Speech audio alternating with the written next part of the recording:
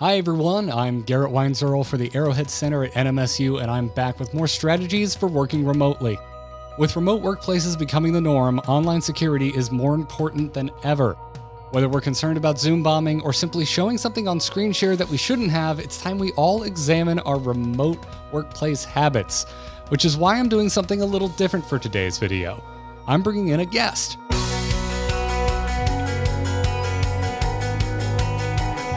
Host of the Daily Tech News Show, Tom Merritt, is joining me for a series on remote workplace security. Tom, thanks so much for joining me. Usually we just get together to talk on our Star Wars podcast.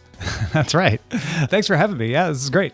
Tom, dude, obviously I'm concerned about online security. I know not to download email attachments from strangers, and my password isn't password, but why should I be concerned about security in regards to online meetings?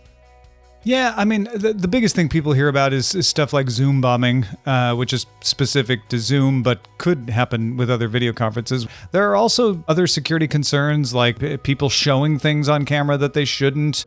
No! Or even somehow malware getting involved and transferring files and infecting people through the video conference.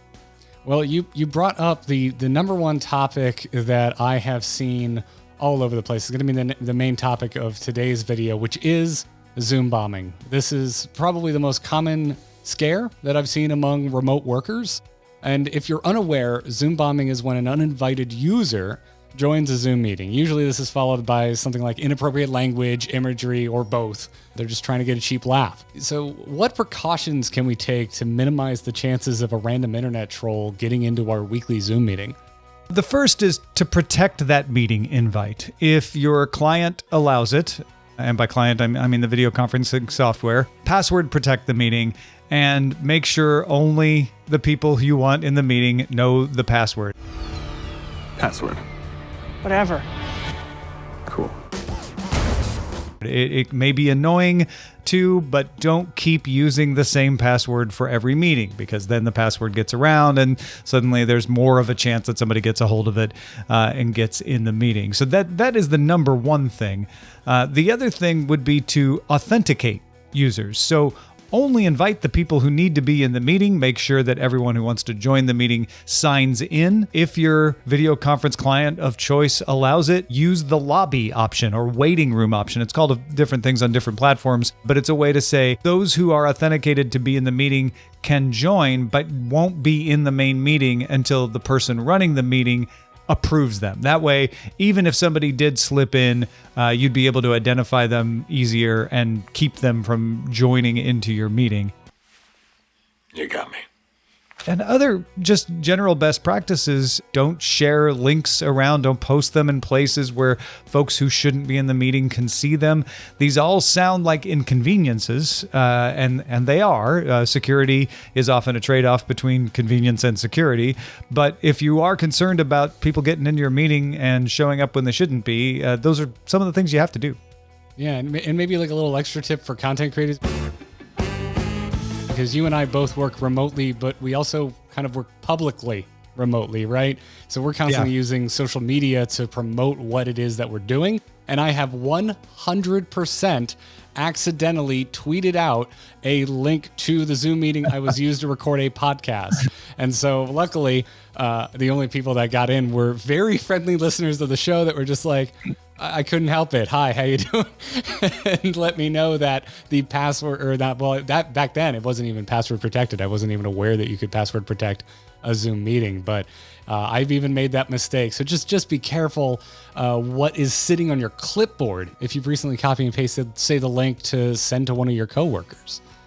Yeah, I've had the same exact thing happen where back when we were using Hangouts to do Daily Tech News Show, that link got posted on Twitter by mistake instead of the link to watch, which is, a unique thing. But some people may be streaming video conferences for public use, but still don't want other people to get in. So it's a good thing to keep in mind is that you want to make sure you're sending the right link and that you're not sending the link to join to places that it shouldn't be.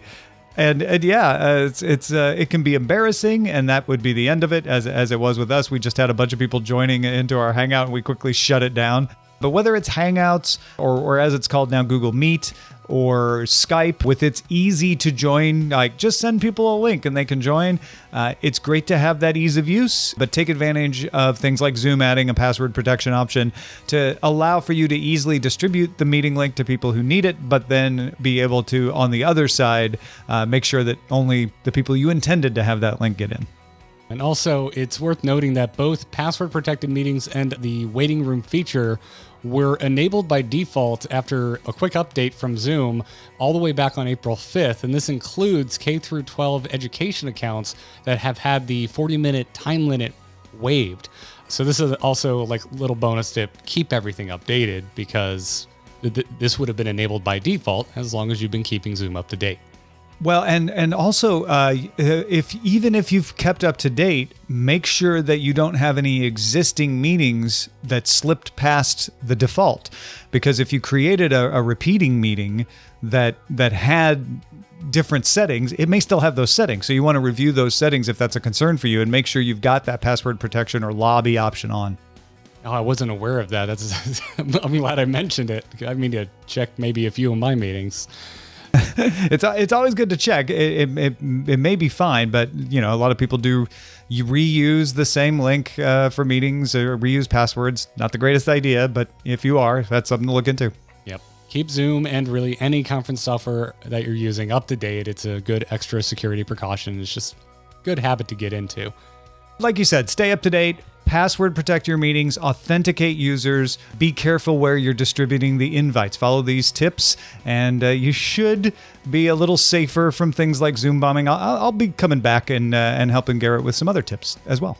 And leave a comment below. I may just answer your question on a future episode. And be sure to like and subscribe to make sure you get the next remotely video in a timely fashion. Thanks so much for watching, everybody, and we'll see you next time.